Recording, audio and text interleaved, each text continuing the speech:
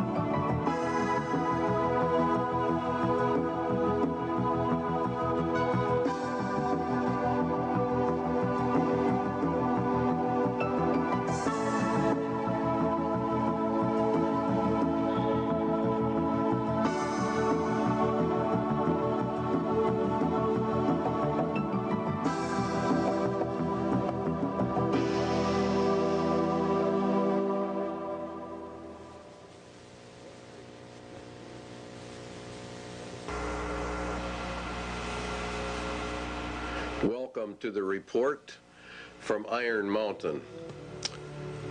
This report is something you would never believe unless you read it.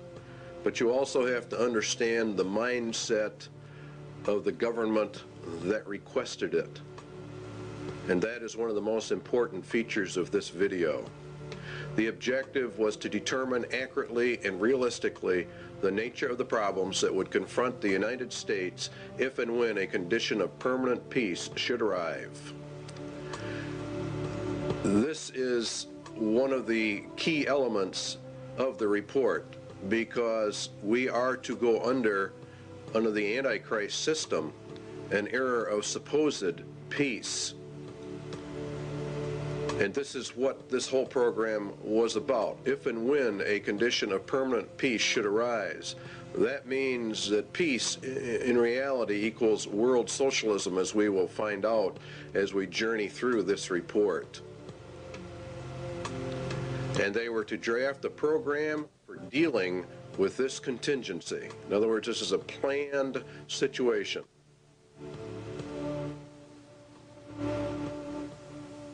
The program equals the agenda, and how do we control the people of America if we move to an era of peace? And not only just America, but the whole world at large.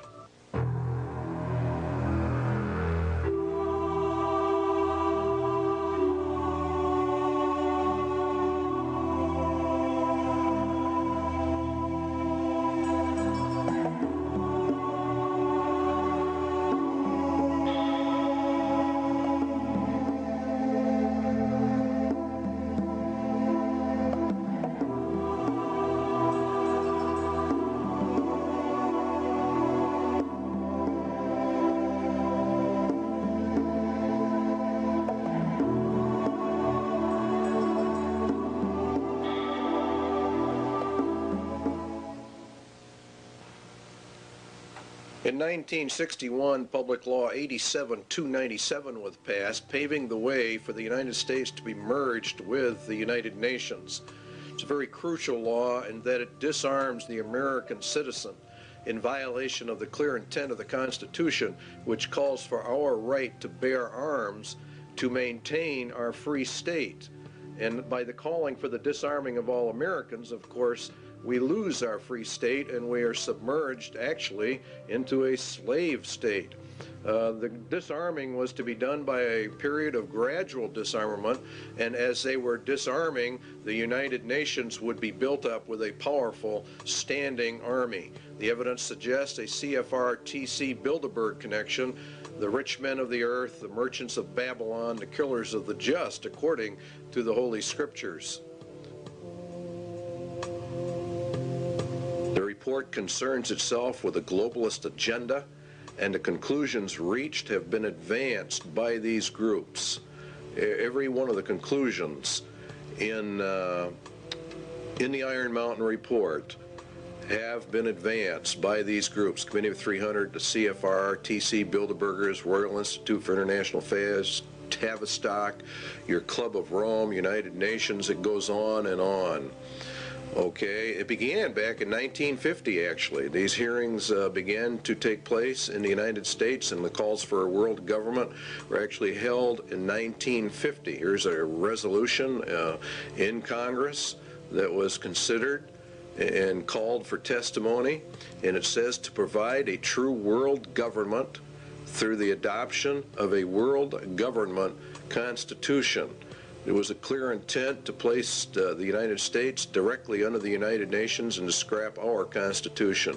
Universal peace is a prerequisite for the pursuit of that goal, and from the competitive anarchy of nation states, therefore the age of nations must end, and the era of humanity must begin. You will find there's a constant call for the merging of all humanity. Here's a resolution adopted in the United Nations. This is what it says: regulation, limitation, and balanced reduction of all armed forces and all armaments. The all armaments means your weapons that you have in your closet for your own defense. It includes handguns and rifles and all kinds of things. Here's your blueprint for world peace, which was issued also in 1961, concurrently as this move towards putting us under the United Nations. You'll find that as the United States and the Russian military are to be reduced, the UN is consistently brought up to a higher and higher position. The only thing we are left with are internal security forces. Under the Freedom from War, this is a packet issued by the federal government to go along with 87-297. This can only be achieved, the merging and disarmament, through the progressive strengthening of international institutions under the United Nations and by creating a United Nations peace force. See, they want to progressively strengthen the international institutions, all of which come under the United Nations. We are to lose our sovereignty. This can only be achieved through the progressive strengthening. By creating a United Nations peace, which really means police force, to enforce the peace.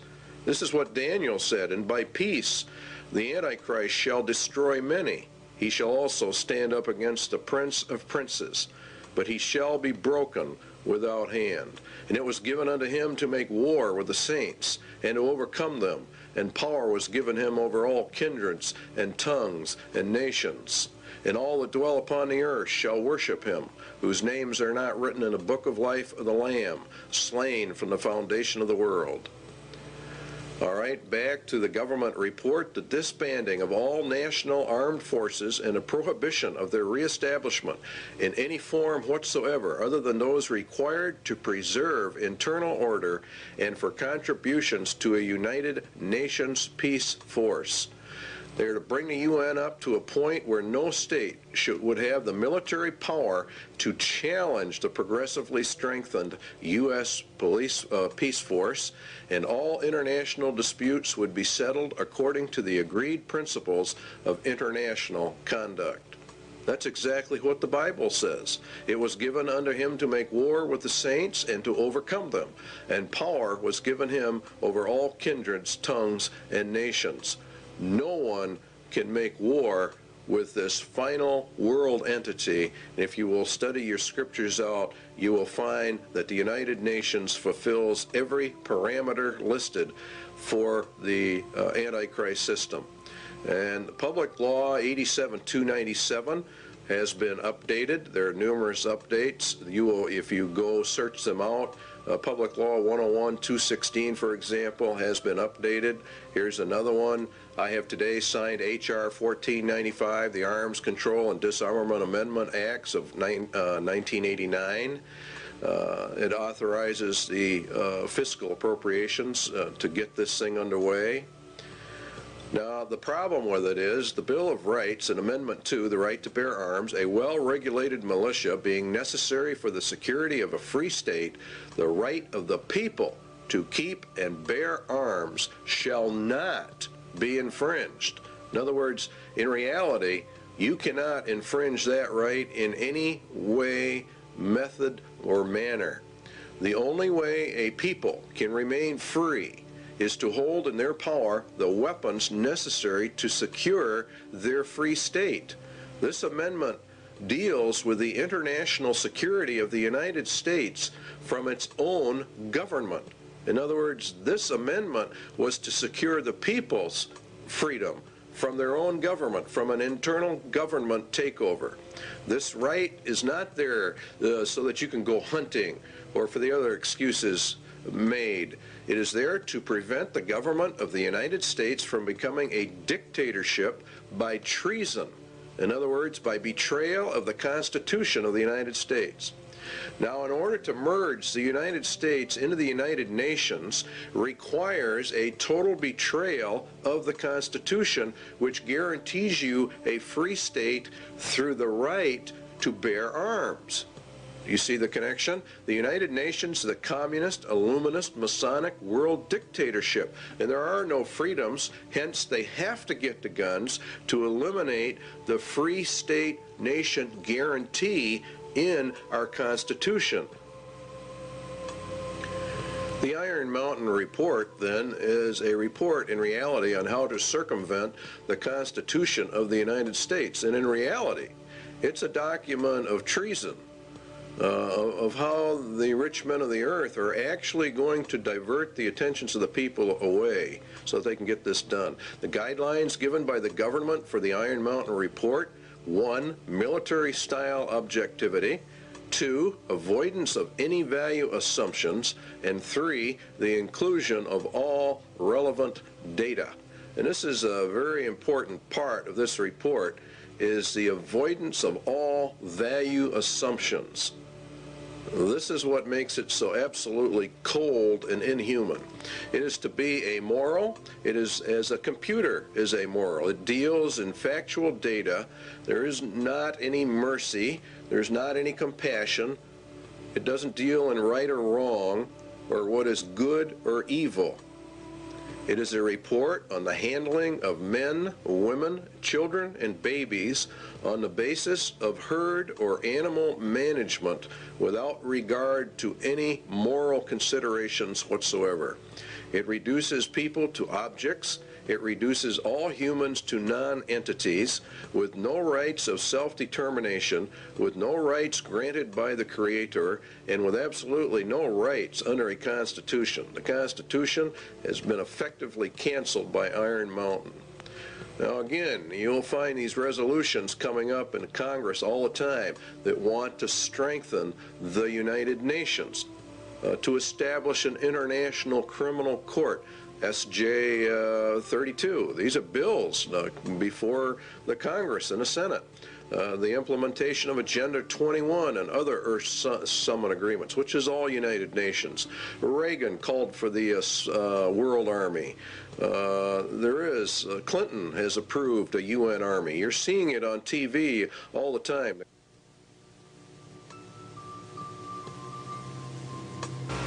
War is required, the glue of the nations, according to the Iron Mountain Report. Is war the scourge of the nations? It is said that war is merely an extension of diplomacy by other means. It is also said that war is necessary waste. But what is war? And why do peoples of the earth continuously fight and die? Why do millions of human families have a member or members that they have lost to this thing called war? What is the reality behind war? Does man have to fight wars, or can he develop a system of peace? And would the development of peace be worse than war itself? The Bible gives us some answers. The rest can be supplied by simple logic and deduction. James tells us that from whence come wars and fightings among you?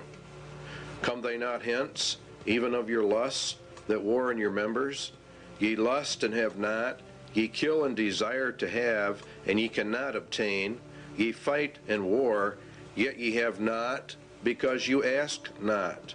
Ye ask and receive not, because ye ask amiss, that ye may consume it upon your lusts.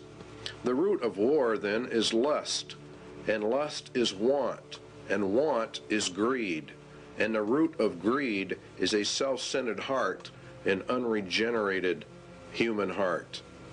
This is the key we need to explain war, and the Bible gives us many clues to why warfare is, and that in reality it can never be stopped.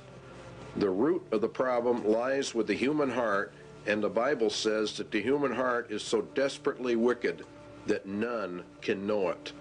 Jeremiah says, the heart is deceitful above all things, who can know it? Paul says in Romans, the carnal mind is enmity against God, for it is not subject to the laws of God, neither indeed can be. Jesus was very emphatic that out of the heart of man poured forth all kinds of evil. The problem with mankind is then his evil heart. Evil because it is self-centered, and evil because it does not contain true love. The love within that it does have is hurtful or harmful, manipulative, self-centered, and filled with its own desires, according to the Lord. But we obtain other clues as well from the Scriptures as to the true reasons for war, and particularly in our day and age. James says, "Go to now, ye rich men, weep and howl for the miseries that shall come upon you. Your riches are corrupted, and your garments are moth-eaten. Your gold and your silver is cankered. The rust of them shall be a witness against you, and shall eat your flesh as it were fire. Ye have heaped together treasure for the last days. Ye have killed and condemned the just."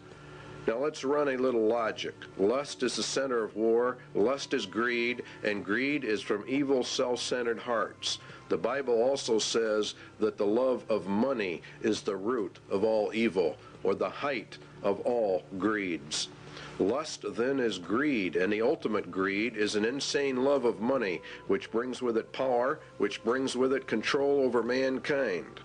Thus the rich men of the earth are indeed in total control over money, and they have developed a system of economic controls well laid out in the Scriptures. If the rich men of the earth gain control over the planet via their Babylonian economic system, then they are the ones who are only powerful enough and rich enough to wage war, and they are the only ones who can develop the war machines that you are looking at on your television screen. They are the ones who can develop the weapons necessary for modern warfare. Iron Mountain agrees. The very title confirms the Bible. The title says that it is a report on the desirability and feasibility for peace. It was ordered by the rich men of the earth. Therefore, they themselves must be the ones waging the wars, and now they have elected not to wage wars, but have elected to do something else, because warfare is drawing to a close. It will have soon served its purpose. In other words, it is a deliberate effort to bring in another system, for the first system of war has almost accomplished the goals originally intended. Albert Pike was purported to have written a letter in which he outlines 3 world wars. Each had a specific purpose, and each had a goal. The last war, World War III, was to be fought to bring in an era of peace under Lucifer.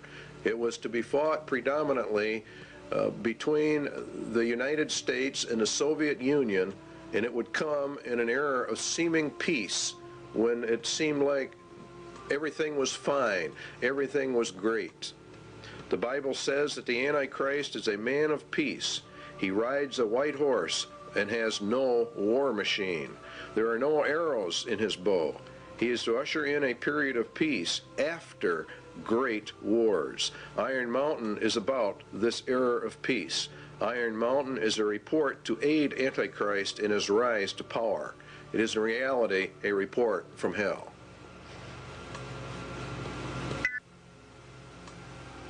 Iron Mountain asks, what can be expected if peace comes? What should we be prepared to do about it? What, for instance, are the real functions of war in modern societies? These are very important questions. The Soviet Union says a peaceful exploration of outer space is the constructive alternative to the plans aimed at spreading the arms race. In other words, we are always going to find that the opposite of war is peace, which of course it is in reality. But what Iron Mountain is getting at is, what are the real functions of warfare, the invisible functions of warfare? What role do they play in the overall structure of human society? For example, the Soviet Union has been on a war footing for years and years. We have, to a lesser extent, in America, been on a war footing. It's been predominantly a Cold War for many, many years, but nonetheless, it has been, and as far as the economics of it are concerned, it has been a war era. It's been an age of war. And what this report is asking about is, what about peace? It is surely no exaggeration to say that conditions of world peace would lead to changes in the social structure of the nations. These changes would be of unparalleled and revolutionary magnitude. As we would transition then from an era of war into peace, what would be the problems? It is an incorrect assumption that war as an institution is subordinate to the social system it is believed to serve. What they're saying here is that nations wage war for reasons other than what they state. War itself is the basic social system within which others are secondary modes of organization, conflict, or conspire. In other words, war itself is the basic social system of mankind. And if we go to peace, we're going to have problems unless we understand that.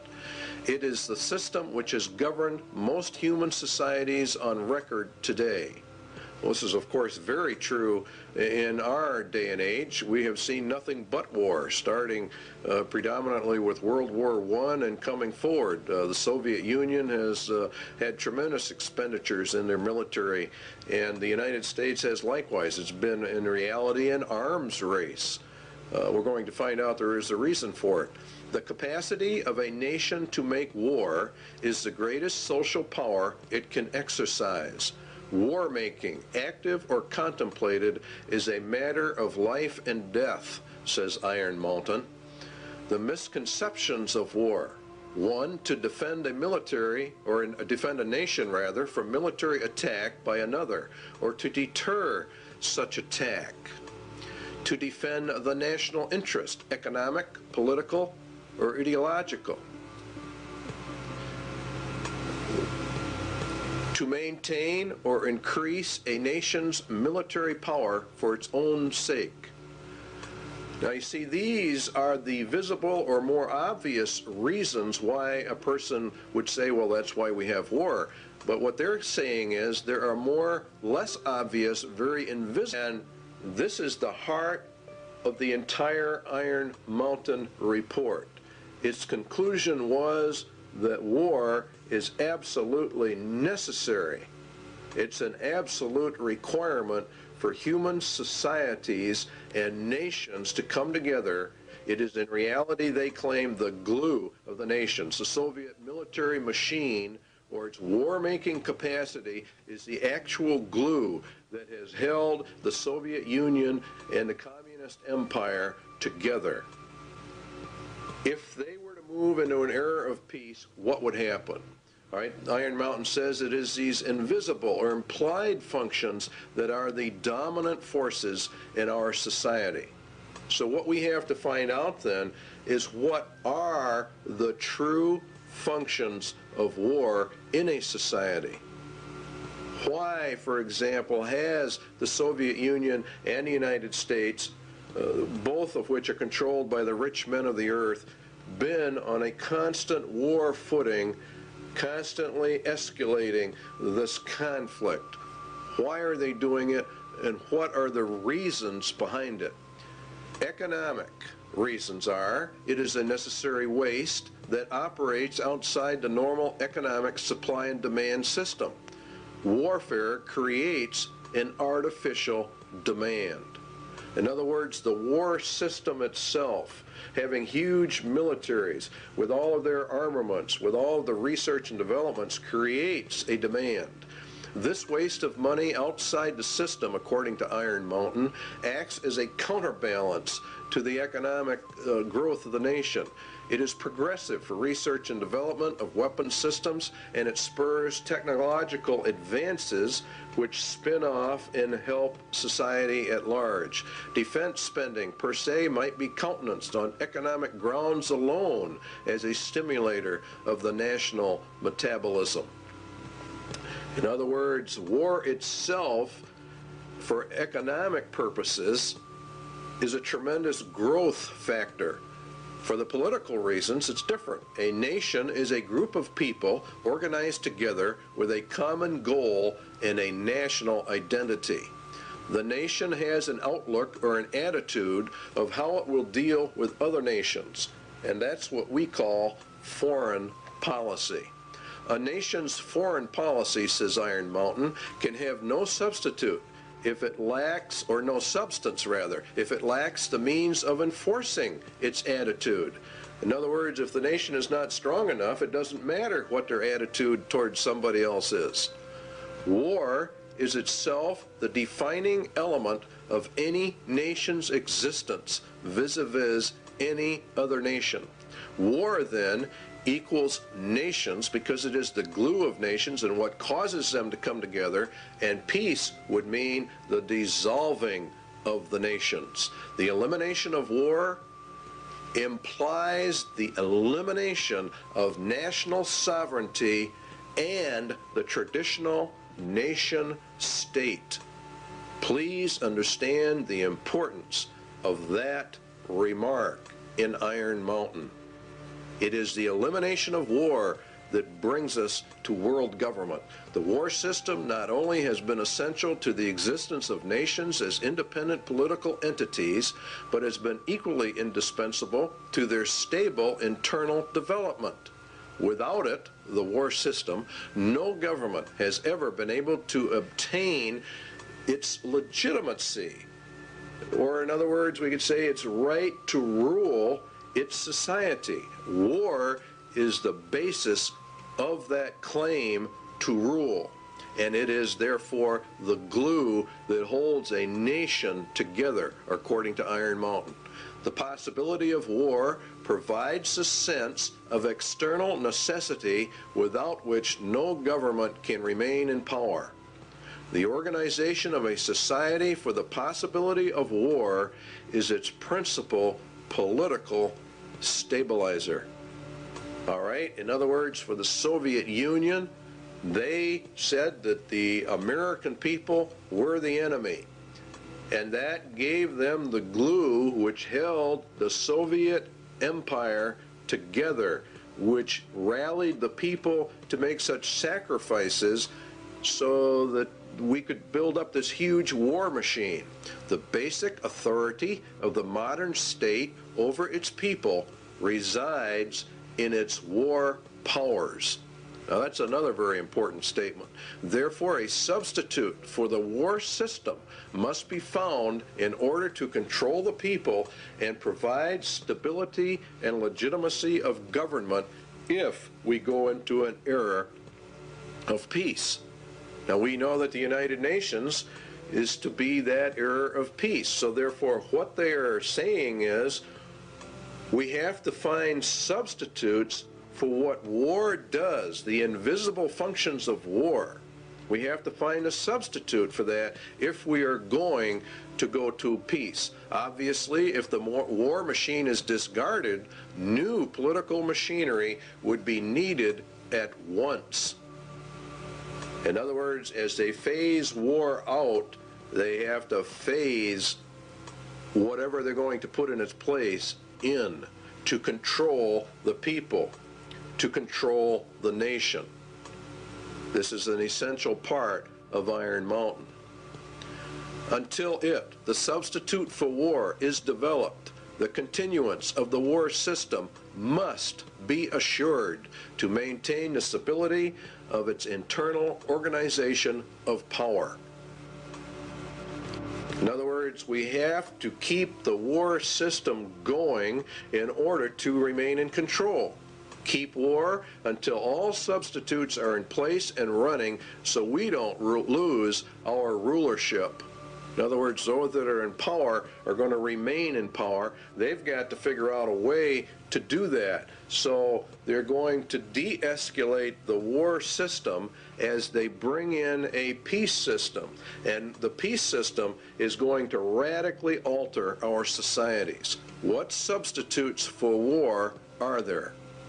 Well, it has to be a universal threat of equal magnitude as that of World War. The immediate loss of life and the immediate thought that blood is going to be shed. It has to be credible, and it must be accepted by the vast majority of the population of any given nation, or in reality, the whole world, if they're going to bring in global peace. Credibility, in fact, says Iron Mountain, lies at the heart of the problem of developing a political substitute for war. We must emphasize that one must be found of credible quality and magnitude if a transition to peace is to ever come about without social disintegration. In other words, really what they're saying is a nation would self-destruct without an external threat of some type. It is more probable in our judgment that such a threat will have to be invented rather than developed from some unknown conditions. That means exactly what it says. They're going to invent a system to accomplish this.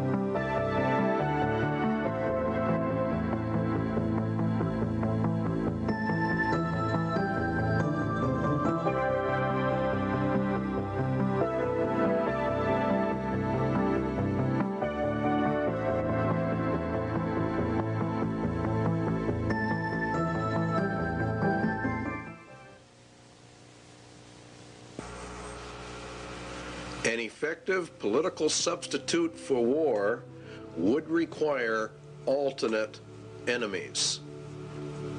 In other words, we have to find an external threat that's essentially very large. It may be, for instance, that gross pollution of the environment can eventually replace the possibility of mass destruction by nuclear weapons as the principal threat to the survival of the species. In other words, they're going to bring the environment up to a point of global threat. Poisoning of the air and of the principal sources of food and water supply is already well advanced, and at first glance would seem promising in this respect. It constitutes a threat that can be dealt with only through social organization and political power.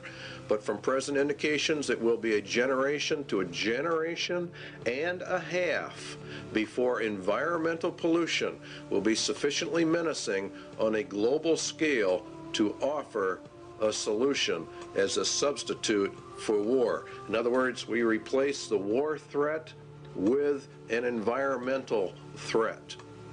Now you know why the environment is on the TVs and the media constantly.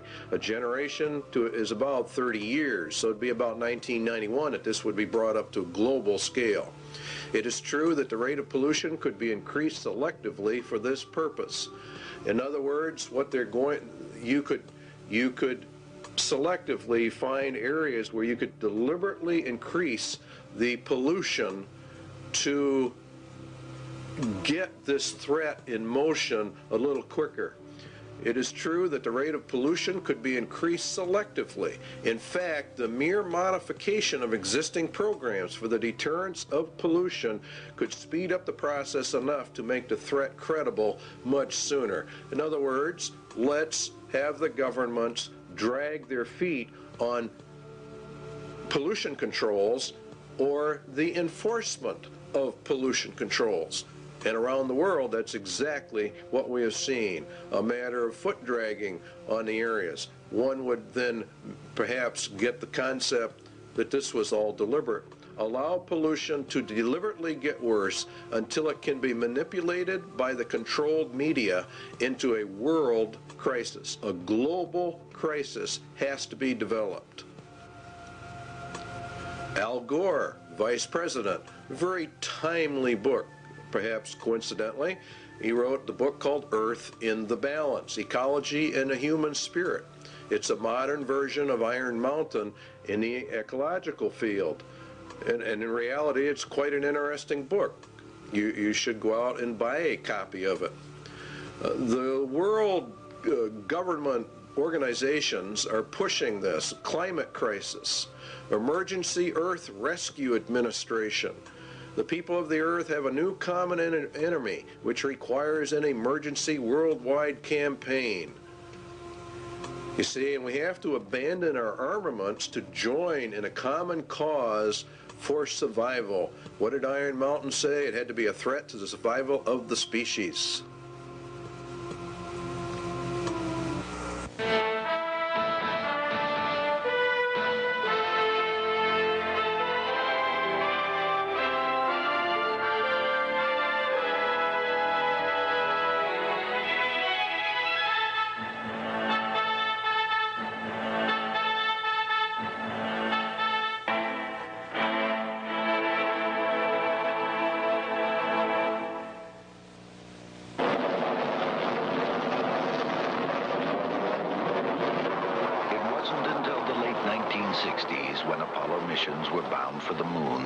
First able to see complete pictures of the Earth. Environmentalists began to look at our planet as a single fragile ecosystem. Now we are intensely studying the thin halo of atmosphere that surrounds and protects Earth. It recycles the air we breathe, regulates climate, and acts as a protective barrier, filtering out much of the sun's harmful radiation. Last year, an international group of scientists proved that ozone, the key element in this filtering process, is being lost at an alarming rate over the South Pole. In fact, a sizable hole develops over this area each winter. Without ozone, the sun's harmful radiation will destroy life on Earth. A group of man-made compounds called chlorofluorocarbons, or CFCs, used as refrigerants, cleaning solvents, and in some plastic foams, are to blame for this environmental problem. They eventually make their way into the atmosphere and destroy ozone. According to Dr. Brian Toon of NASA's Ames Research Center, it is a global-scale environmental problem. This really marks the first time in the history of environmental science where human beings on one side of the planet have done something to the planet that has significantly affected it globally and on the far side of the planet from where the original pollution took place. Using the beautiful seaport town of Stavanger, Norway, as a base of operations, an international team of scientists assembled this year in an emergency effort to make a detailed study of the North Pole. Most of the work was performed aboard two NASA aircraft. This is the ER-2. For the mission, special wing pods are attached containing atmospheric chemistry analysis equipment and a host of other instruments. Typically, flights are made about 12 miles up, along the fringes of space, right into the layers of atmosphere directly affected by ozone loss. The ER-2's research partner is a modified DC-8. It flies at lower altitudes, but has increased fuel reserves, which allow it to cover more territory, even flights directly over the North Pole. Inside, the DC-8 is actually a complete scientific observatory, loaded with sensing instruments. Scientists perform their experiments and are able to map results right on the spot. This instrument contains 4 lasers capable of shooting light many miles up into the atmosphere. The light reflects back to the plane and provides scientists with a cross-sectional map of ozone concentrations as well as aerosols, or regions where ozone depletion is capable of occurring. Initial results from both aircraft indicate that high concentrations of CFCs have been found at northern latitudes, primed for ozone destruction.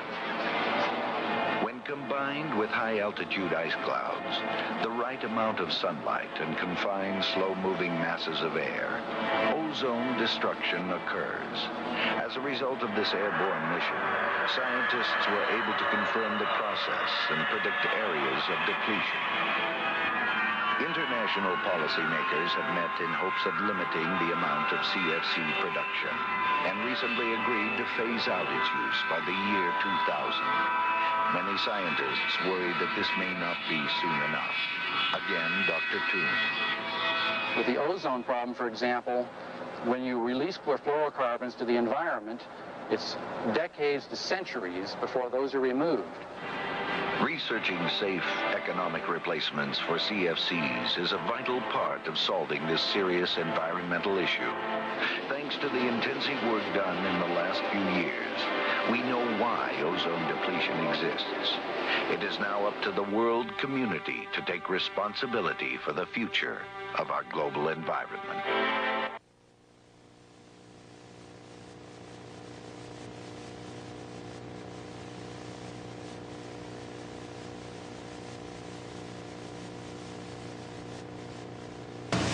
Landsat satellites continue to orbit the Earth 14 times a day. From their 570-mile-high vantage point, they return images like these taken over rich California farmlands. Telltale red images indicate vigorous vegetation growth. The state of California is using Landsat imagery to inventory and map its irrigated cropland. Ecology, the balance of nature, is important to all life. One of the tools we can use to monitor this balance of nature on Earth is the satellite. Satellites can be used to observe our planet from a high vantage point. A NASA film called Remote Possibilities tells the story. From far out in space, the Earth appears serene and beautiful, displaying no hint of our crowded planet's many problems.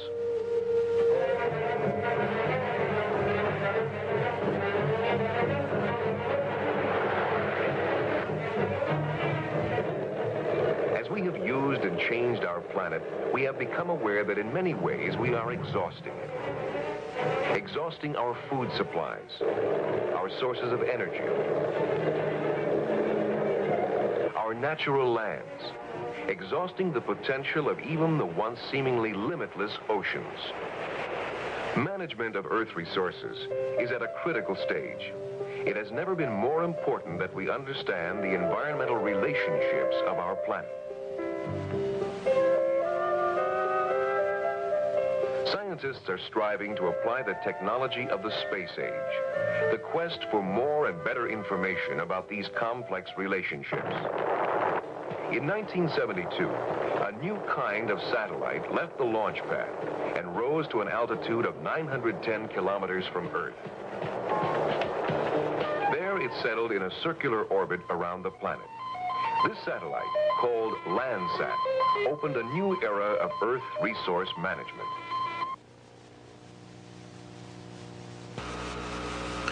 One substitute for war has then been found. The Iron Mountain agenda is being carried out. The objectives of the EcoScan? Well, the UN will end up with control over all the land, and ownership of the land will be held by the rich men. There is arising a crisis of worldwide proportions involving developed and developing countries alike, the crisis of the human environment. The process of compromise of national interests will, of course, have to take place.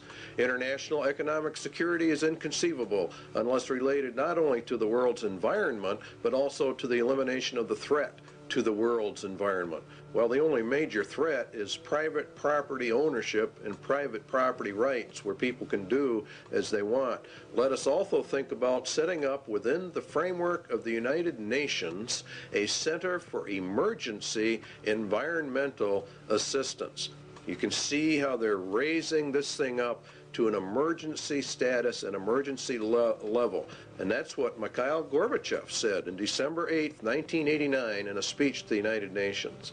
The United Nations will be the controller of all the lands in the world through their various ecological, environmental organizations that they are in the process of setting up. In fact, the Rio Earth Summit was for that specific reason. Now, it's owned by the rich men. That's who owns the United Nations. That's who actually runs it. Eco foundations of the World Wildlife Fund, Heritage Trust, Nature Conservancy, etc. There's a lot of them, and you have many UN organizations. And the rich men of the earth sit on the boards of directors on all of these groups. These groups are buying up huge chunks of private land for conservation, they say, and to preserve the earth. And of course, all of it is to be owned by the rich men. And what they cannot purchase by normal means will be taken under zoning controls, DNR regulations, or other land grab means via governmental authority and regulation. All land will be under strict eco-controls because, after all, we are now involved in the middle of an eco-emergency, and it's nothing but a scam. It's really a debt for land swamp is another part of it. The international bankers loan and control the monies to all the countries, and through interest have driven them into huge debt status. The debt of the United States is in the trillions. The bankers then come forward with a new plan. They will take the nation's land, and then they will cancel the debt of that nation. It is called a debt for land swap. This land will be held by a World Conservation Bank, owned, of course, by the rich men of the earth. They will then own all the land, all the resources, all the food. They become the absolute masters, and all the people become the slaves. It's a perfect scam. It's a perfect system. Because the eco threat is now global, then obviously it can only be controlled by a global authority. And guess who that is? Why, of course, it's the United Nations. Now, the eco scam is being pushed by every organization that's involved in the environment. Even Time magazine ran an article on the endangered earth. It's being put in all your children's school books, all of their study books, about the crowding of human life, about how we have such an ecological crisis, an environmental crisis, and unless we all do our share, why, the whole world is just going to disintegrate and the entire population of man will be eliminated. That's according to them. It's very interesting that Daniel said of the Antichrist that he shall divide the land for gain. In other words, he takes over all the land and divides it up amongst these various foundation groups. And that's exactly what's happening.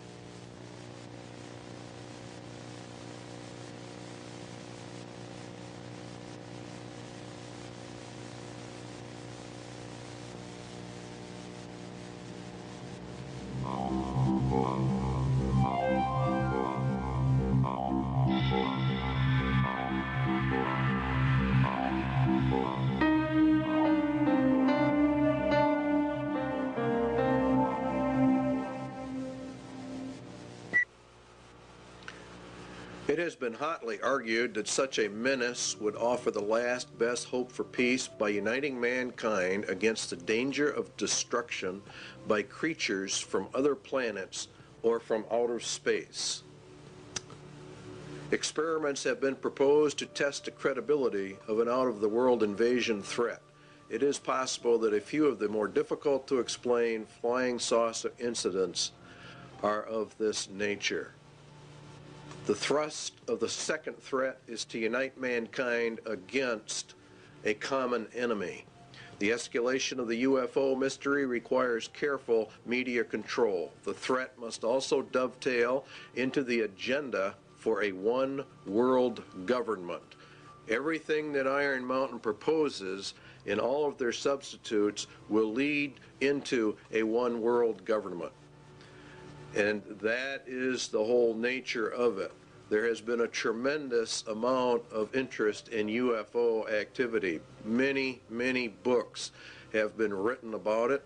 The average Christian, I believe, probably poo-poos the whole subject, but we believe here at CIA they're making a tragic mistake when they do that, because the Bible does mention some things that would tend to imply very strongly that UFOs are in fact real and will be a latter-day occurrence, just before the end and just before the return of Jesus Christ.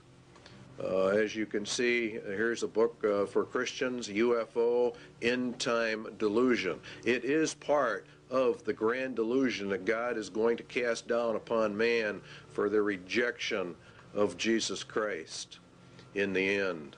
There have been many books written about the government's cover-up of the UFO experience, and that the United States government knows exactly what is going on, and we would agree with that from the viewpoint of the scriptures, that the people of the world, the governments of the world, the highest levels of the powers that be, know exactly what's going on when it comes to the UFO mystery. They do because their mind is controlled by Satan, and he is the author of all of this. It's part of the grand delusion in the end. And there was war in heaven. Michael and his angels fought against the dragon, and the dragon fought and his angels, and prevailed not. Neither was their place found any more in heaven. And the great dragon was cast out, that old serpent called the devil and Satan, which deceived the whole world. He was cast out into the earth, and his angels were cast out with him. Now Satan was cast down to earth, and we were to observe it from here. It would appear as though he came down from heaven. For as the days of Noah were before the flood, they were eating and drinking, marrying and giving in marriage, until the day that Noah entered the ark. Now Jesus said, so shall it also be. And the days of Noah were quite a few. He lived 950 years before and after the flood. He was there when man began to multiply on the face of the earth, and daughters were born unto them. And the sons of God saw the daughters of men that they were fair. Now, the book of Enoch gives us some information about that. It happened after the sons of men had multiplied in those days, that the daughters were born to them, elegant and beautiful. And when the angels, the sons of heaven, came down, you see, they took wives, each choosing for himself, whom they began to approach and with whom they cohabitated, and teaching them sorcery and incantations. The whole situation is one where these were literal fallen angels that came down and mated with the daughters of men, and they produced a race of giants, according to the book of Enoch. And many ancient writings give this interpretation to the sons of God mystery of Genesis 6. And what is interesting is that they said they would return. Now the Spirit speaketh expressly that in the latter times some shall depart from the faith, giving heed to seducing spirits and the doctrines of demons. Now the word seducing comes from the word planos, which, if you do a word study, comes all the way back to where we get our word planet.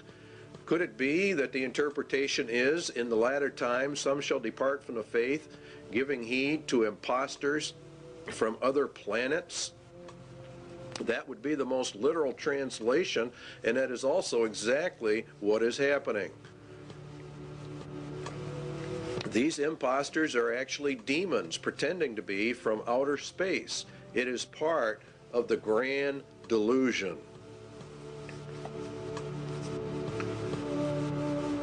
For this cause God shall send them strong delusion, that they should believe a lie, that they all might be damned who believed not the truth, but had pleasure in unrighteousness. They reject the concept of creation, even him whose coming is after the working of Satan with all power and signs and lying wonders. This would result in UFO contacts of the first, second, and third kind, as Satan sends his advance guard to prepare man for the grand delusion.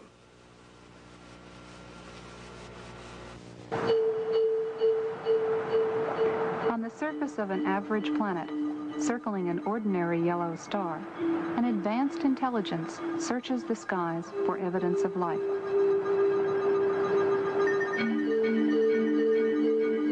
Directed by even higher intelligence, machines with brains of silicon patiently sift through faint shards of radio data for the unmistakable signal that will indicate the first sign of life beyond Earth.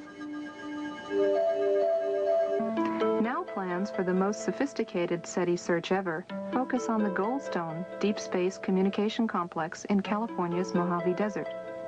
It is the site of tests for a possible future NASA project, one not yet funded. The full-scale NASA system, when operational in the next decade, would be billions of times more powerful than the sum of all previous searches. For Carl Sagan, a proponent of SETI for many years, this technical progress has made the present unique. For the first time, we're mustering substantial, sophisticated, serious scientific searches for extraterrestrial intelligence. There's never been a time like that before. So there is some chance that in the next few decades we will get a signal from some spectacularly distant, spectacularly exotic civilization, and everything on Earth will, as a consequence, change. That is possible.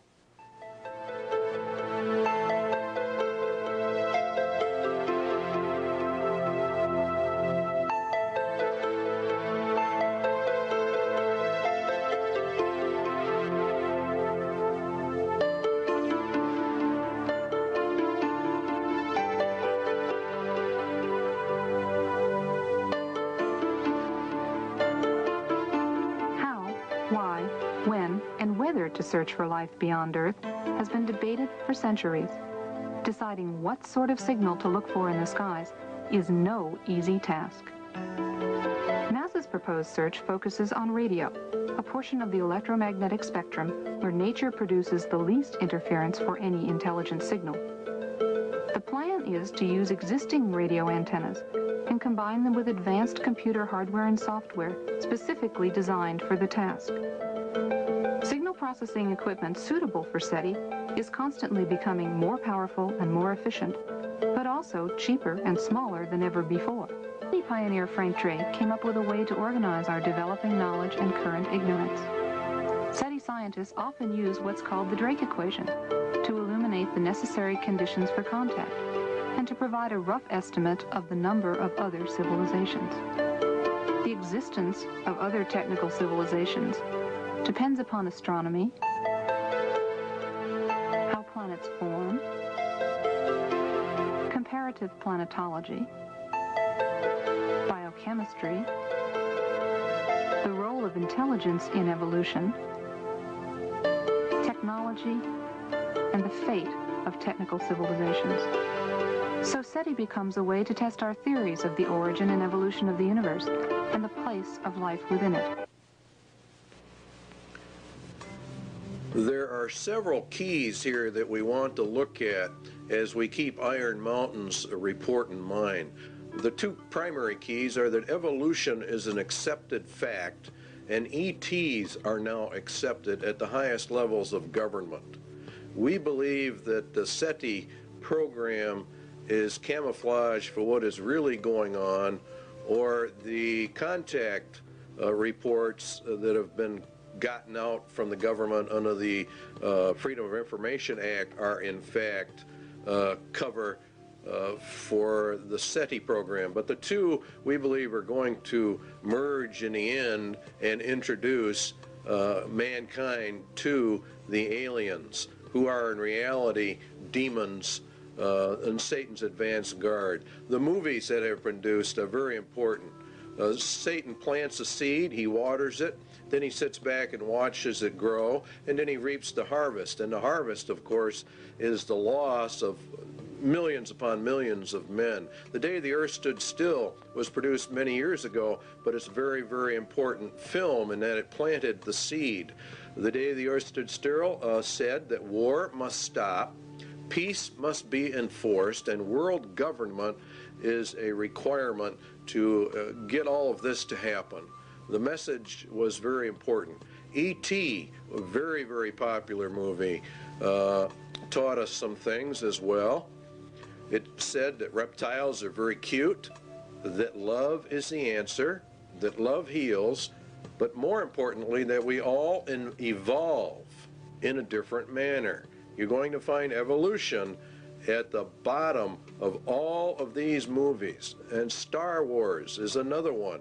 How famous they were. Well, they're programming the human mind for certain things. One, evolution of the races, good and evil forces, a universal, eternal fight between the forces of good and evil, and more importantly, a federation of planets, a uniting of the nations, a uniting of all the planets. Mankind will evolve upwards and eventually will join in intergalactic civilization.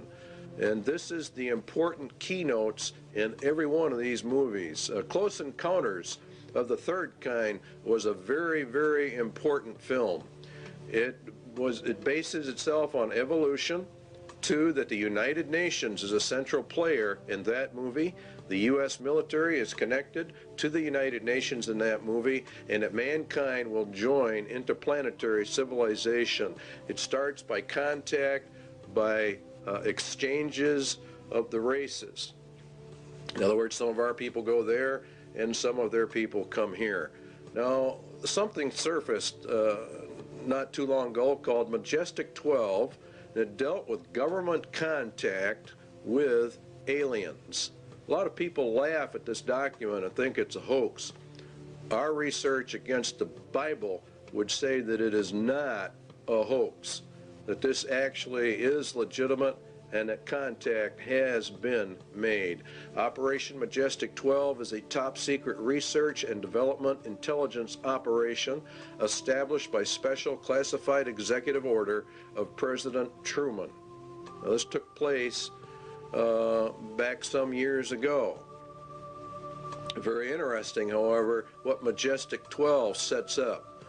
A rancher reported that a UFO had crashed in a remote region of New Mexico. You might have even seen this replayed on Unsolved Mysteries. They ran a series on this. A secret operation was begun to assure recovery of the wreckage of this object. Aerial reconnaissance discovered that 4 small human-like beings had ejected from the craft. All 4 were dead. News reporters were given the effective story that the object had been a weather balloon. They are discounting the UFOs to the public while they gather the evidence secretly. The biological and evolutionary, there's your key, processes responsible for their development has apparently been quite different from those in Homo sapiens. Evolution is then a proven fact insofar as the government is concerned. They have accepted evolution as an established fact. The aliens then did not evolve as we did. This is the very basis of the grand delusion. It's creation versus evolution. Evolution is essential for the grand delusion because men reject the creation of the world and people by Jesus Christ. So it's very important you understand that evolution is the keynote. The ultimate intentions of these visitors is completely unknown, the report said. But if you read the Bible, you will know they are demons, and you will know they are the advanced guard of Satan, and that they are setting up the world for its final ruin and taking of people into eternal hell. UFOs are real. There's no question about that they are real. The only question is what are they? And if you take the evidence of the scriptures, definitely we believe here at least that they are the sons of God returning just exactly as they said they would, in all the occultic literature talks about this. Now there is an area out west called Area 51, Groom Lake. There's also Tonopah. There are several areas from which Project Red Light was developed. It's a top secret testing program for alien technology for defense purposes. This is very interesting that a lot of this stuff is being leaked right at this moment as we get into this. A congressman said, I have no comment as to what is going on in Area 51. That was Congressman Harry Reid, and he went out there to visit the area because the Air Force had made a land grab, and he went out there on behalf of his constituents to find out why. It is said that President Eisenhower signed a treaty with actual aliens in 1957. The swap was they could take our people for experimentation and we would get technology in exchange. In other words, the aliens come to Earth, we take their technology to build our defense mechanisms. Now, a lot of people think this is ridiculous, but if you read what it says about Babylon the Great, the nation, it gets all of its technology from Satan. Satan is the one that gives them the power. And this is why the United Nations is being brought up. And this is why the United States is so deeply involved. In exchange for technology, the U.S. government agreed to allow the aliens to abduct humans for experiments. And this accounts for the large number of abductions reported all over America. This is part of the grand delusion, which has evolution at the root of it. Now you have actually two options. All of the leaks of this type of information are disinformation, where it is real and the aliens really are here. The Bible evidence would be that it is real, the aliens are here, and that they are the advanced guard for Satan. He's programming the human race for this delusion, and it's based upon evolution. The sons of God of Genesis 6 have returned, as they said they would in occult writings. And Jesus said, as it was in the days of Noah, so would it be again. And that's when the sons of God came down. So therefore, the agenda of Iron Mountain for external threat number 2 has been and is being carried out. Scientists are even going to the UN now to find out how are we going to answer these aliens from our SETI contacts at NASA.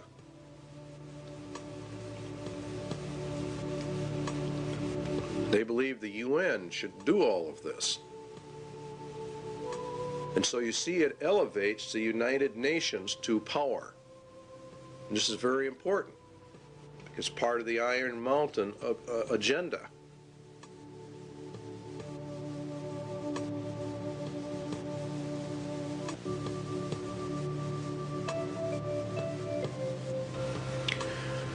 It might be argued that a well-armed international police force operating under the authority of such a supernatural court could well serve this purpose. In other words, they're going to set up another threat. This is threat number 3, actually, an omnipresent, virtually omnipotent political or police force. It's an international police force. Because remember, if we go into peace, we have to dissolve the nations, because war is the reason we have nations. All right, so the report then that was issued by the State Department, Freedom from War, and the program was to establish a permanent international peace force within the United Nations. In other words, to deliberately bring it up. The peacekeeping capabilities of the United Nations would be sufficiently strong, and the obligations of all states under such an arrangement sufficiently far-reaching as to assure peace and a just settlement of differences in a disarmed world.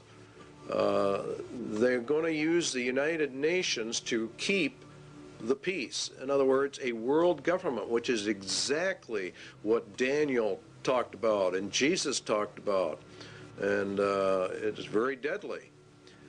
During stage 2, states will develop further the peacekeeping processes of the United Nations to the end that the United Nations can effectively suppress any threat or use of force by anyone, and that would include the American people.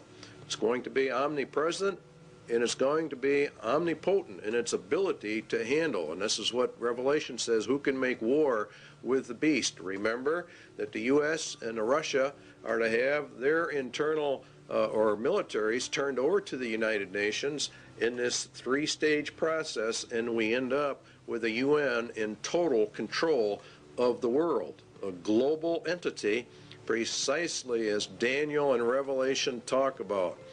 It's and Jeremiah and Isaiah refer to it as, of course, Babylon.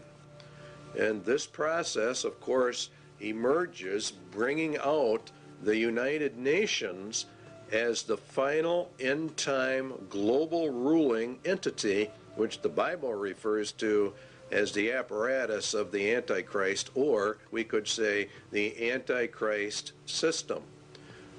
And that is why it sits in New York City, the big city. On the wall in the Security Council is the phoenix. That picture you're looking at right there is in reality the phoenix bird, which is to grow up out of the old world order. America is to be patrolled by Russian, Belgian, Irish, and Colombian and Venezuelan troops under this plan. UN troops are already on U.S. soil, and it won't be very long before these sites that you're seeing right here are going to be very commonplace in the United States. And if the American citizens resist, they are simply going to be liquidated according to the Bible. This power will come to pass. They've laid their plans well, and God has ordained it and allowed it, and is allowing it to happen. And so it's, in reality, here in America, it's a judgment against the United States. There are many books written about a United Nations peace force, so this is not anything we're making up. They come in under the UN Charter. And the last part of it, this principle of non-interfering in a nation shall not prejudice the application of enforcement measures under Chapter 7. In other words, the United Nations claims that it doesn't really want to get involved in internal national affairs, but the opposite is in reality the truth. Chapter 7 deals with action with respect to threats of the peace, breaches of the peace, or acts of aggression. And it's the Security Council itself that determines the existence of a threat, breach, or act of aggression. And it can even walk in under the threat, or it's a possibility that we might have problems. And they determine the existence of any threat to the peace. So they can come in, if they choose to, on very fragile grounds, which is exactly what they did in Somalia. Should the Security Council consider that measures provided in 41, which are more economic, I don't know exactly what word to use, but sanctions, I guess, is the best word to cover it.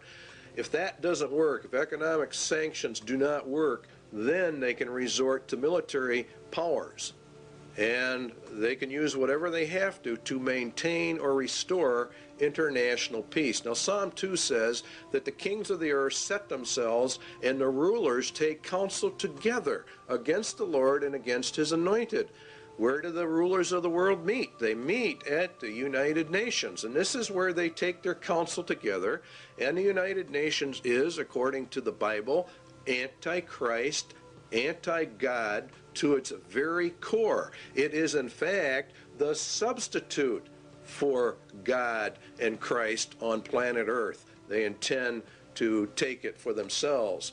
The fourth beast shall be the fourth kingdom upon earth, which shall be diverse from all kingdoms, and shall devour the whole earth, and shall tread it down, and shall break it in pieces. And the 10 horns out of this kingdom are 10 kings. Now, it's a diverse kingdom. The United Nations is not a kingdom, and it's not a nation. It exists solely by treaty power, by an arrangement of nations itself. Excuse me. The United Nations is to be brought up to full global power with an army so powerful that none can fight against it. That's the entire plan, and that is exactly what the Bible talks about for the end times.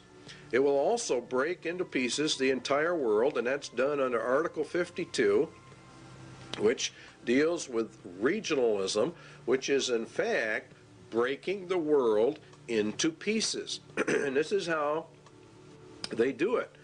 They actually subdivide the world into 10 regions. That came out of the Club of Rome, and here are the regions on the TV screen. Region 1, of course, is North America, and it's Region 1 by virtue of the fact that North America, and particularly the United States, is the primary power behind the United Nations, enabling this to happen.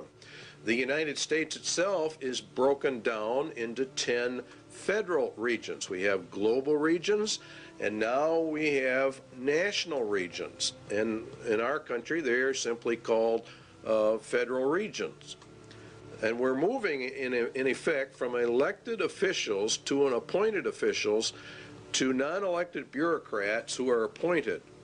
Now, each region has different states in it, and the number of states varies with each particular region. Then each state is subdivided up into its particular regions. Many times it falls along county lines, many times it doesn't. Overlapping all of it is, of course, grids that keep getting smaller and smaller, which is the reason why thousands or millions, actually, of Americans are getting address changes.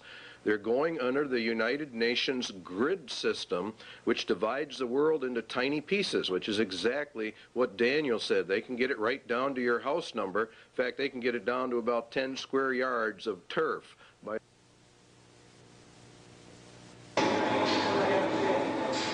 Recently, NASA's Landsat 4 satellite, shown here just before its trip into space, was launched from the Western Test Range by a Delta rocket.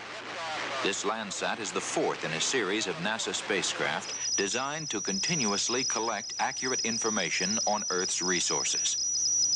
More than 100 nations will make use of the information gathered by Landsat 4 in land use planning, mineral exploration, and agriculture. Landsat project scientist Dr. Vincent Solomonson described a new instrument on the satellite called the Thematic Mapper.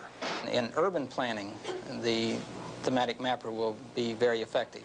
Features that were blurred or hazy over cities as viewed by the multispectral scanner on Landsats 1 through 3 will be seen much more clearly from the Thematic Mapper. And as a result, urban planners will be able to manage and monitor the spread of the urban sprawl into the surrounding countryside. The major receiving and processing facility for Landsat data is located at NASA's Goddard Space Flight Center in Greenbelt, Maryland. After completing its 3-year mission, Landsat 4 is designed to be retrieved by the space shuttle. Okay, standing by for up telemetry command reset. So what we have are 10 federal regions. We have 10 federal regional councils, which are miniature Washingtons in each federal capital. We're being regionalized, and pretty soon there won't be any such thing as counties or states. So what we're doing is we're going from county and state control to total federal control, and then the federal government's losing its control to the United Nations. This is globalism. This leads to the federalization of our police or the security forces within the United States. And this is really in total violation of the constitutional implications. But they're not paying any attention to the Constitution.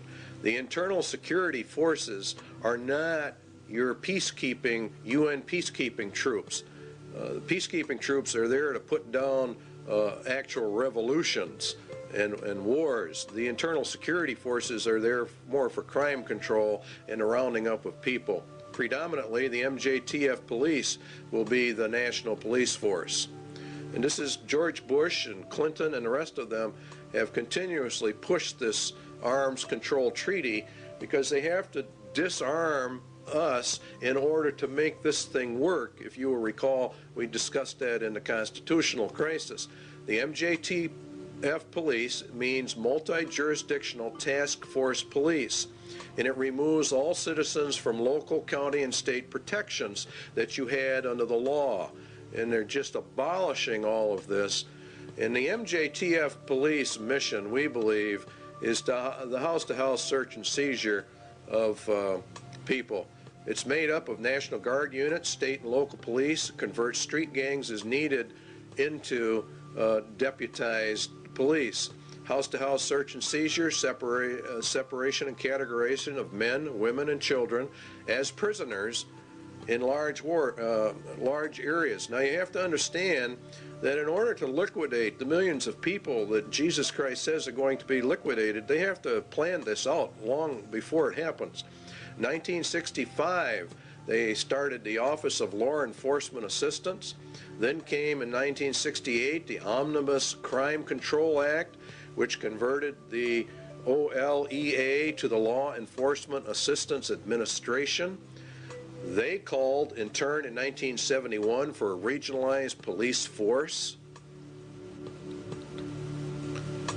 In 1971, an advisory commission on intergovernmental relations issued a pamphlet called M67, which called for a special multi-county and interstate police force. In other words, the merging of all police forces into one federal group.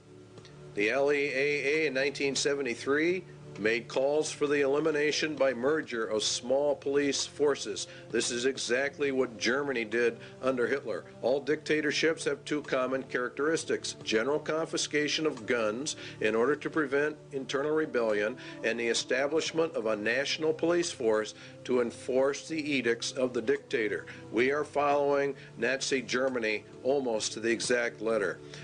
Carter issued an executive order 12-148, and he established the Federal Emergency Management Agency known as FEMA. FEMA absorbed the LEAA and became the primary control organization for internal security of the United States in an emergency. They're gearing this thing towards an emergency. That emergency is going to be World War III, and it ushers in this whole system. FEMA has many interesting programs: Rex 82 Bravo, Rex 84 Alpha, Helix 2, Rex Alpha, Night Train, Cable Splicer, Garden Plot. These are all martial law training exercises. The plan is to bring America under martial law. We believe they know the American people would never accept this system except an external emergency were given. The UN system, remember, is a martial law military system. Under the executive orders of FEMA, mandatory registration of all people, including babies and children in the United States, at the United States Post Office. They have boxes in them. We already know about it. They're marked for emergency use only. The primary one here to look at is 11,000, seizure of all civilians and work brigades, which is in reality slavery, and includes the rights to split up families as well.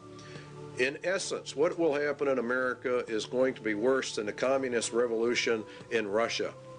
This plan provides the basis for the deployment and employment of military resources, including National Guard personnel, for civilian disturbances. So Iron Mountain external threat number 3 has been and is now being implemented. An omnipotent police force. Next on the list is the space program as an economic substitute for war.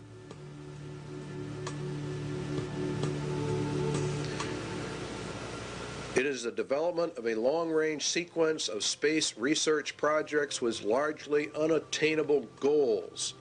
It's a nearest modern equivalent yet devised to pyramid building and similar ritualistic enterprises of ancient societies. We choose to go to the moon in this decade and do the other things, not because they are easy, but because they are hard. Because that goal will serve to organize and measure the best of our energies and skills. Because that challenge is one that we're willing to accept, one we are unwilling to postpone, and one we intend to win, and the others too.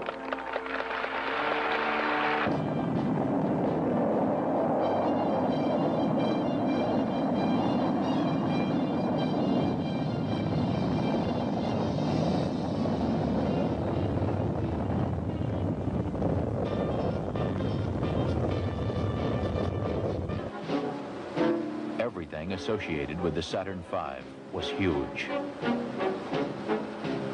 The rocket itself, the building where it was assembled, and the crawler transporter that carried it to the launch pad. The fully loaded Apollo Saturn V was 363 feet tall. Its main engines alone generated 160 million horsepower, and its fuel pumps pushed fuel to the engines with the force of 30 diesel locomotives. As Saturn V lifted off Launch Complex 39 for the first time, it weighed more than 2,800 tons.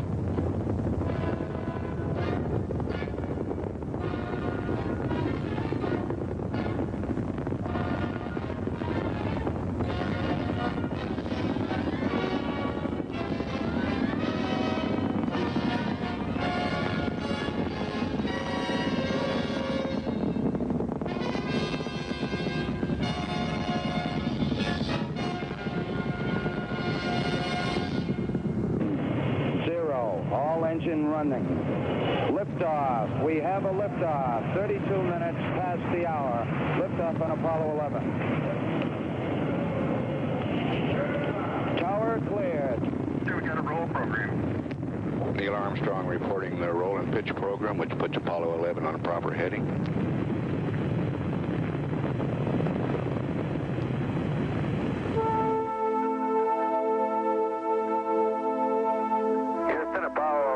Calling you on the high gain. How do you read, over? Roger, loud and clear on the high gain. Eagle, you're looking great. Coming up 9 minutes. We're now in the approach phase. Everything looking good. Altitude 4,200. Houston, you're a go for landing, over. 40 feet down, 2.5. Picking up some dust. 30 feet, 2.5 down. Straight shadow. 4 forward. 4 forward, drift into the right a little. 20, down a half. 30 seconds forward, just. Good. Right.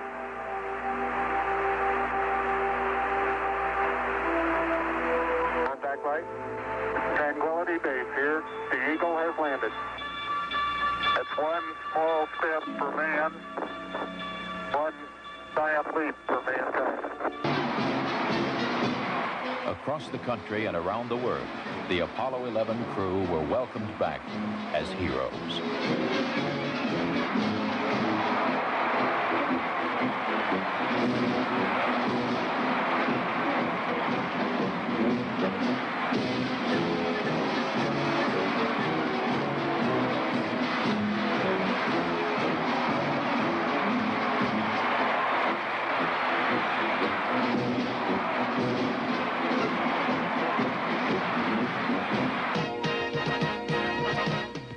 Before Project Apollo ended, 6 additional flights to the moon were made, and all but one were highly successful.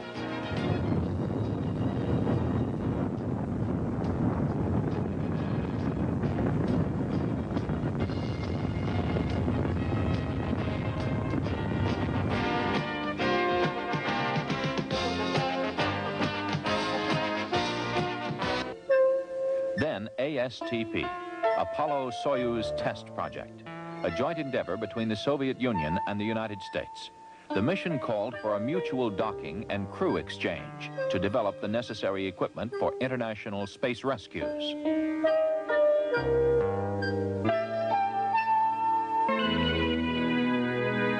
We looked back at planet Earth with Landsat remote sensing satellites. Crops, forests, pollution, all can be photographed in great detail to help us better manage our Earth's resources.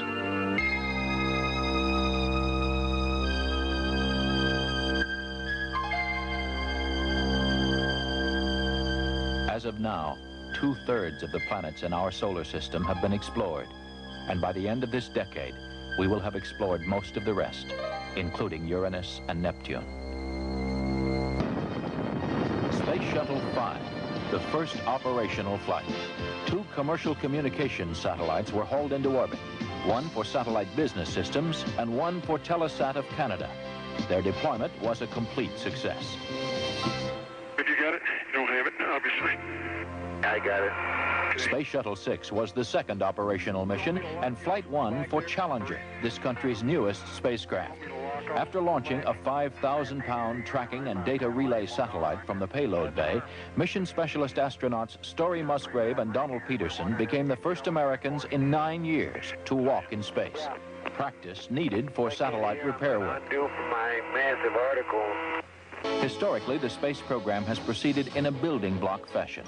And toward that end, NASA has begun looking at the next logical step, a possible future space station, a permanent presence in space. The station would serve as a scientific and technological laboratory, as well as an operations base from which satellites could be serviced and large structures assembled. One of the highest priorities is to develop a clear understanding of a station's proper role in the total space program, so that if and when it is proposed for development, the station will be a truly significant national asset, one that would ensure continued American preeminence in space. The space program in general and the shuttle program in particular have gone a long way to help our country recapture its spirit of vitality and confidence. The pioneer spirit still flourishes in America. In the future, as in the past, our freedom, independence, and national well-being will be tied to new achievements, new discoveries, and pushing back new frontiers. We must look aggressively to the future by demonstrating the potential of the shuttle and establishing a more permanent presence in space.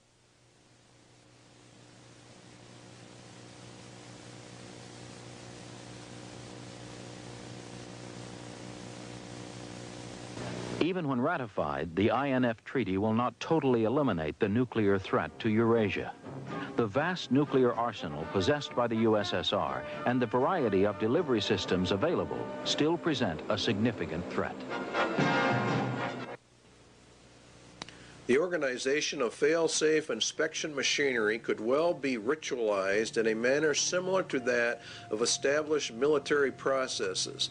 Inspection teams might be very like armies, and their technical equipment might be very like weapons. Inflating the inspection budget. In other words, what they want to do is they want to expand this. So what do we have? The INF Treaty, where it says inspection machinery could well be ritualized according to Iron Mountain. Inspection teams might be very armies.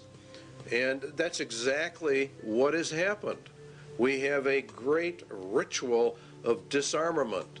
It's very interesting what you find when you start digging into the INF treaty hearings. Limited test ban. Let's take a look at all the treaties. Limited test ban, 1963. Non-proliferation, 1968. The ABM Treaty, 1972. The SALT I, the SALT II, the IMF Treaty. Very long, drawn-out process. And this is exactly what Iron Mountain recommended be done. It is one of the most important elements of the INF Treaty is the President establishes in this area operating on-site inspection. One layer of the regime, it says on the last sentence, builds upon another. And the whole thing becomes elongated, and it actually becomes a monster in and of itself. The data exchanges required are really immense, and so it requires an elaborate governmental system in order to accommodate all of this. And so Iron Mountain recommendation number 2 has definitely been implemented. The second one is the universal health care was a recommendation of Iron Mountain. Universal health care for all. It's an economic substitute for the war economy. It's very interesting how all of this works. Health. Drastic expansion of medical research, education and training facilities, hospital and clinic construction, the general objective of complete government guaranteed health care for all. That's exactly what Clinton has introduced to the American people. He announced a universal health care and mandatory insurance program. And so they're putting everything in place exactly as Iron Mountain told them to do. It's universal, and you cannot exempt yourself from it, and it is causing a lot of trouble around the nation. But the arguments are not going to be on that basis. What is going to happen is we're going to be issued eventually a global identification card, and that is the purpose of this whole thing. The medical card has only one purpose. That's to get the foot in the door for the MARC system. Iron Mountain's third recommendation is being implemented. Iron Mountain economic substitute number 4, a new educational system to bring in globalism under the United Nations, UNESCO, Congressional Record, the Great Conspiracy to Destroy the United States, Education for Freedom and World Understanding. You see, all of this is designed to bring us into a world system, a global system, under the control of the United Nations. The second manifesto of the U.S. Office of Education, the implementation of the program of surrender through education.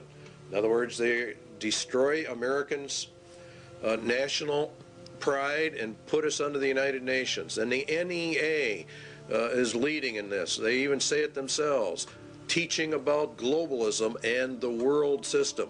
They say enduring peace cannot be attained until the nation states surrender to a world organization. This was found out during the Reese Committee hearings in Congress. Putting the evidence together, we conclude the NEA has been an important element in the tax-exempt world to indoctrinate American youth with internationalism, which is synonymous with a lot of communist, illuminist, whatever you want to call it. The Iron Mountain agenda is being carried out. Outcome-based education, the developing of leaders for restructuring the schools, change agents. Parents are beginning to get upset, but they are not putting it together. American 2000, a national strategy to change every nation, every family. Everything is going down exactly as Iron Mountain said it should. Global education is nothing more than a promotion of the United Nations and to destroy the Constitution of the United States, to bring us out from the Constitution and to merge us into the UN.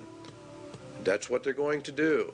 To improve learning and teaching by providing a national framework for educational reform, to promote research, consensus building, and systematic changes needed to ensure, you see, everything has to be changed. Guess where the changes all lead to?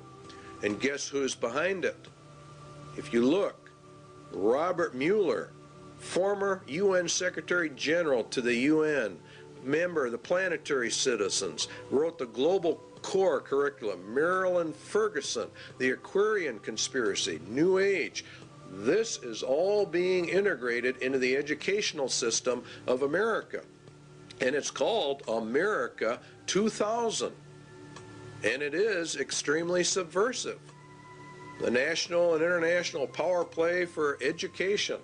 It's going to go through because God has decreed it will go through. And UNESCO is behind it. Gorbachev, we parted with the old world, rejecting it once and for all. We are moving towards a new world, the world of communism. We shall never depart from it. Books are on the market explaining all of this. We don't have time in this video to get into it, but Iron Mountain Recommendation 4 is being implemented. Iron Mountain Sociological Substitute for War, Slavery. Another possible surrogate for the control of potential enemies of society is the reintroduction in some form consistent with modern technology and political processes of slavery for the control of potential enemies of a society. Anyone that does not agree with the New World Order is an enemy of society and is therefore subject to slavery. Detention centers and concentration camps, work camps, are associated with forced labor, which is in reality slavery. Seizure under the executive orders of all civilians in work brigades, that's forced labor, that's slavery, which includes the rights to split up families. There are concentration camps, detention centers all over the United States set up under FEMA, under Rex 84, and there are presently, to the last count we had, 130 such facilities in the United States of America. In Arizona, you'll see, for example, some there. We've got one here in Wisconsin. Concentration camps for U.S. citizens, the MJTF police to conduct house and house search and seizure and separation and categorization of men, women, and children and babies, categorization and transfer to detention facilities and the running of detention facilities. Iron Mountain Slavery recommendation number 2 is mandatory service, a form of universal service, turned to some variant form of the Peace Corps or the Job Corps. It is entirely possible that the development of a sophisticated form of slavery may be an absolute prerequisite for social control in a world of peace. Now, this is just incredible when you really stop and look at what they're actually saying in relationship to biblical prophecies. Remember, Jesus said they're going to round you up and kill you. President Clinton has authorized boot camps for young offenders. Is this the beginning of a larger scale for social reorientation like the communists do? America 2000, the national plan that's going into our schools, requires mandatory community service. There are calls going out all the time. Bush and Clinton have called for mandatory community service for all youth, up to, say, 2 years, mandatory service. You can serve in the service or some other place, but you are going to serve. So the substitute for war is being implemented. Iron Mountain Sociological Substitute for War number 2 is called blood games. Game theorists have suggested in other contexts the development of blood games for the effective control of individual aggressive impulses. More realistically, such a ritual might be socialized in the manner of the Spanish Inquisition and the less formal witch trials of other periods for the purposes of social purification, state security, or other rationale both acceptable and credible to post-war societies. Inquisitions, witch trials for the purpose of social purification, state security, which is the key one. Such a ritual might be socialized. In other words, they make it into a big social event like the Inquisitions were. We saw part of that beginning to unravel when we watched the Branch Davidian invasion and subsequent massacre of David Koresh and his group. A lot went down at Waco that very few Christians understand. David Koresh, the Branch Davidians, were demonized by the national media. First of all, they were tried, judged, and executed in a social ritual in total violation of every right guaranteed under state and federal constitutions. The Waco massacre followed all points of ritualized killing. They were a cult. It was for social purification, and therefore they deserved what they got. Their compound was raided by federal assault groups when in fact there was no evidence of any crime having been committed.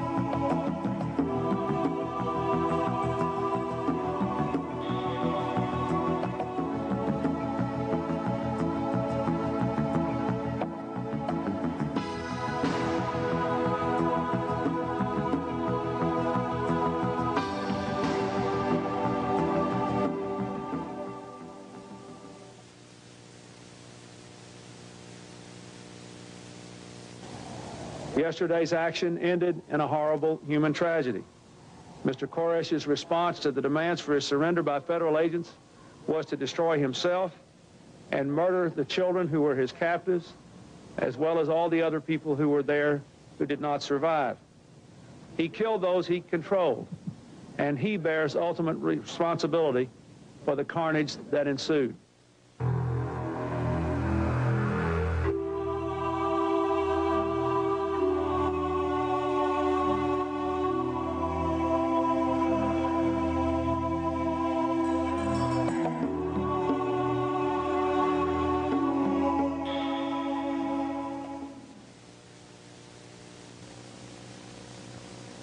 In the papers before I was going to go to court.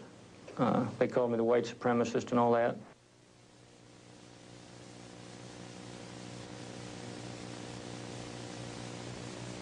It's victims of demonization that we all are victims of. When the federal government decides it is going to prosecute somebody, they sort of demonize them.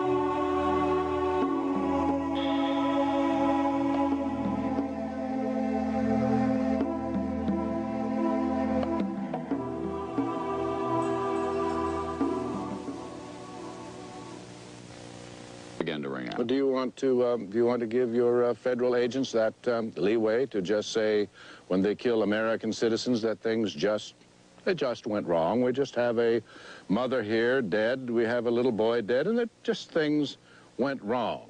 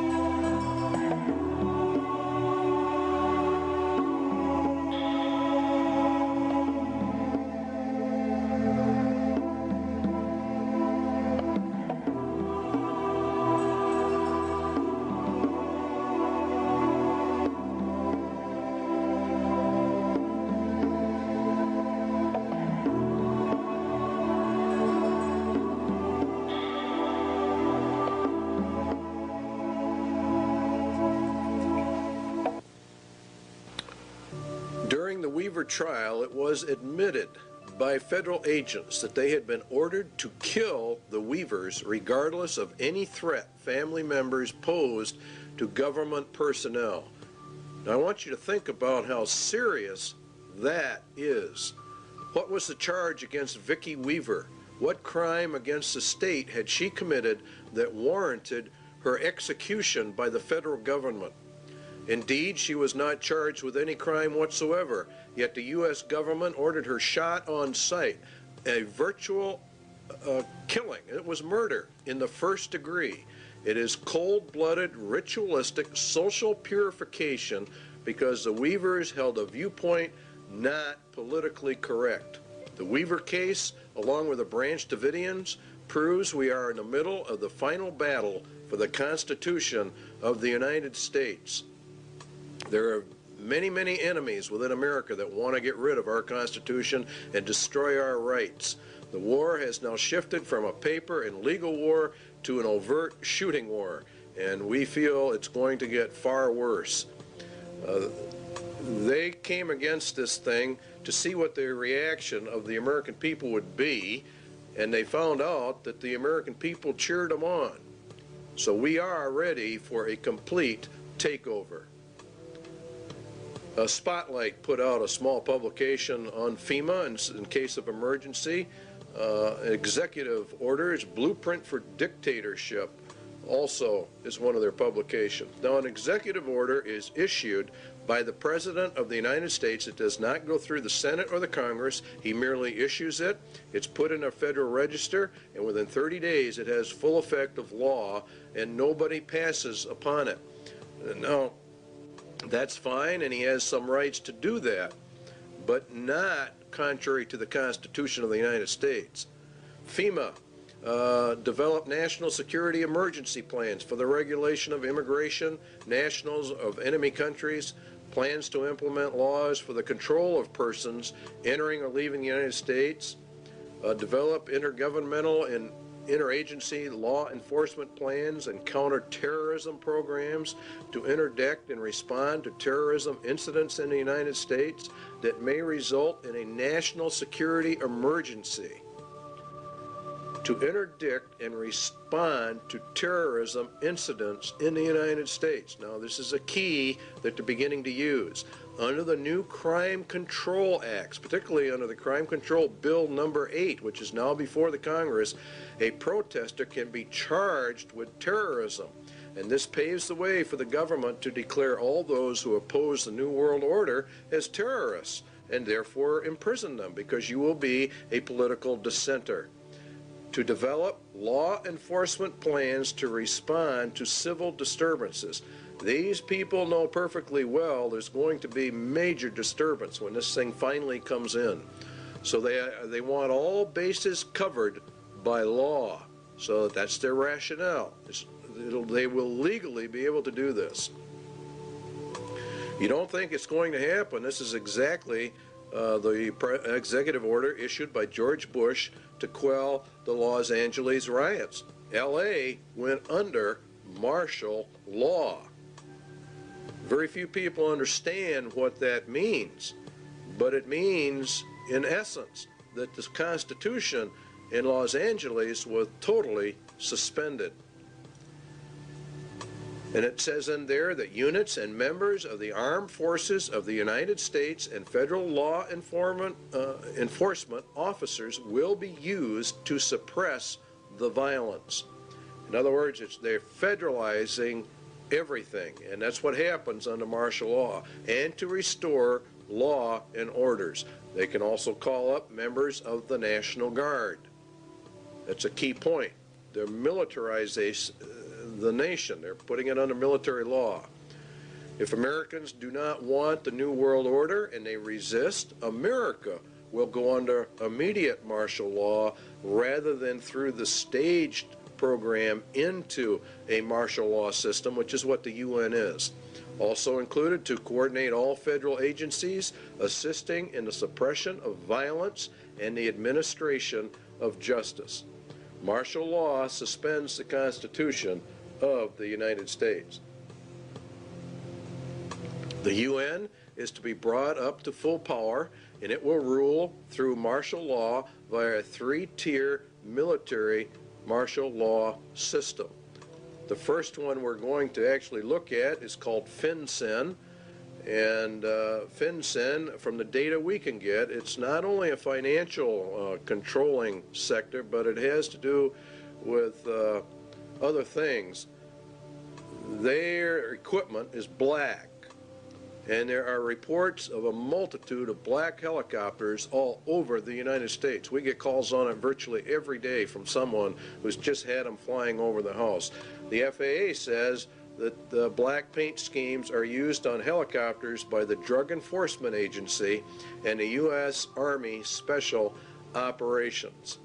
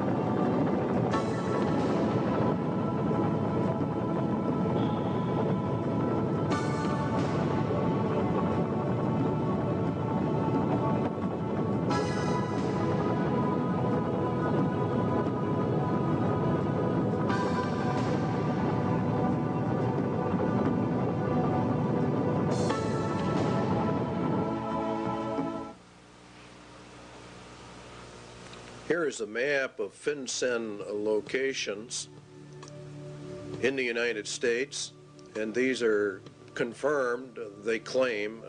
We have not been able to verify it. We're bringing this to you strictly unverified for troop deployment locations in the United States of America.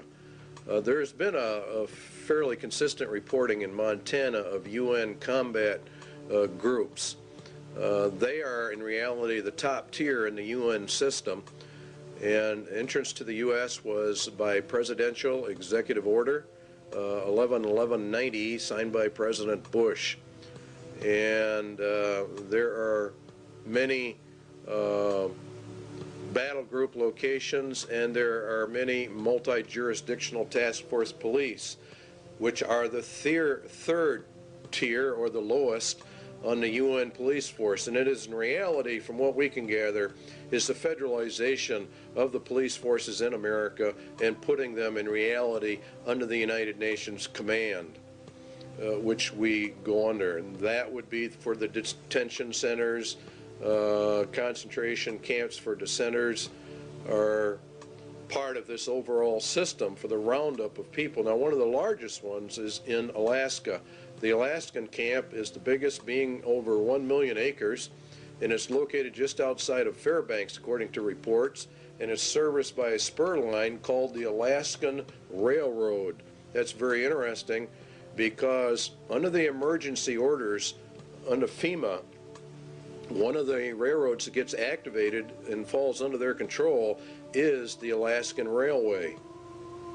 And so we're beginning to find out that all of this goes together. The Alaskan camp was purchased under a mental health bill, and of course you have to understand that they are using mental health as one of their primary methods of warfare. The Iron Mountain recommendations for an inquisition for social purification are also confirmed by the Lord Jesus Christ. Then shall they deliver you up to be afflicted, and shall kill you, and you shall be hated of all nations for my name's sake. This is predominantly a move against Christians and Jesus Christ. And he shall speak great words against the Most High, and shall wear out the saints of the Most High, and think to change times and laws. See, that's exactly what they're doing right now. They're changing all the laws. And it was given unto him to make war with the saints, and to overcome them, and power was given him over all kindreds, tongues, and nations. And in Revelation 17, and I saw the woman drunken with the blood of the saints, and the blood of the martyrs of Jesus. And this is actually, you're going to find out, has much to do with the United Nations. Iron Mountain substitute for war blood games has been, in effect, implemented and is being carried out. Ecological, considering the shortcomings of war as a mechanism of selective population control, it might appear that devising substitutes for this function should be comparatively simple. In other words, war kills off some people, and so now we have to have an ecological substitute for that function, and it really boils down to total population control.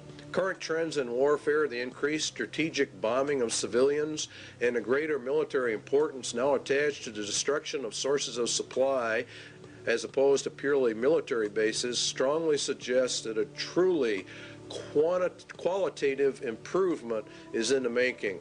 In other words, as we phase down the war system, there's probably going to be one great last one in their plans to really reduce the world population.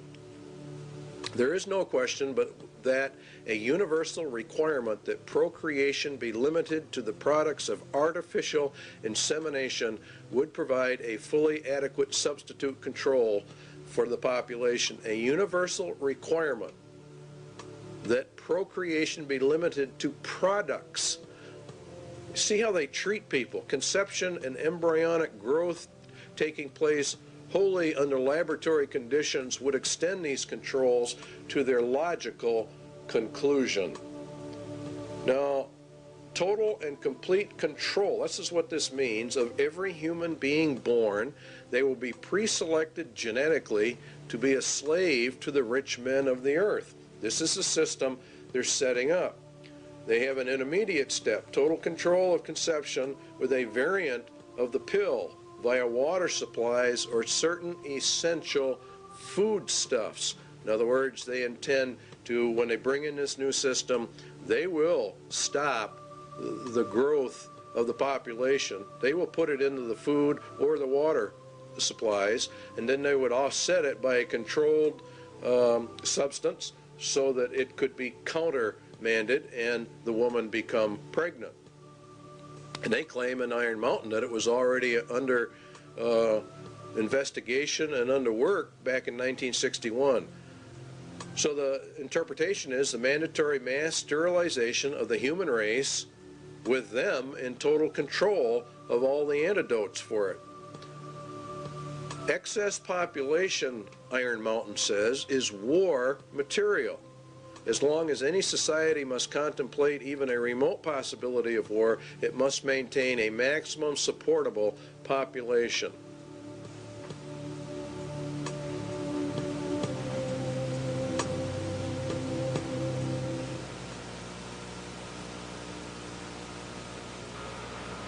When the auditor finally gets his hands into the balance sheet. I suggest, therefore, that this be sold not through a democratic process. That would take too long and devour far too much of the funds to educate the cannon fodder, unfortunately, which populates the earth. We have to take almost an elitist program that we can see beyond our swollen bellies and look to the future in time frames and in results which are not easily understood or which can be, with intellectual honesty, be reduced down to some kind of simplistic definition.